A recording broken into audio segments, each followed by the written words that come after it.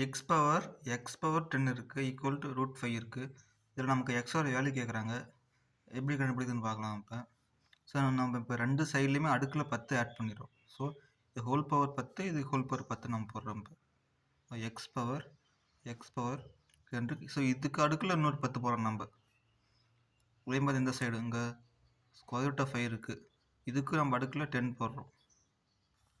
So நம்ம இந்த 3 நம்பரில் இந்த 2 நம்பர் நம்ம இப்போ இன்டர்சேஞ்ச் பண்ணிக்கிறோம். ஸோ x பவர் 10 அதுக்கப்புறம் x பவர் 10 மாற்றுறோம். இப்போ இந்த x power 10 x power 10.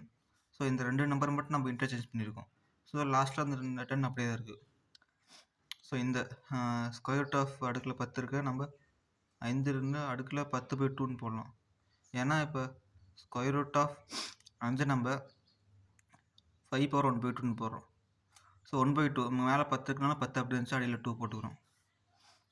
So இதில் மட்டும் நம்ம ப்ராக்கெட் போட்டுக்கலாம். இது நம்ம அடித்து 5 வரும். 5/5. இதை நம்ம அப்படியே எழுதிக்கலாம். x/10 அதுக்கப்புறம் மேலே x/10. இப்போ பாருங்களேன், இந்த x/10 நம்ம 5ன்னு எடுத்துக்கலாம். மேலே இருக்க அந்த 5 அப்படியே x/10 எடுத்துக்கலாம். ஸோ x/10 ஈக்குவல் நம்ம 5ன்னு எடுத்துக்கலாம். அதிலிருந்து அதே மாதிரி தான் இந்த 10 இங்கே அடுக்கில் இருக்குது.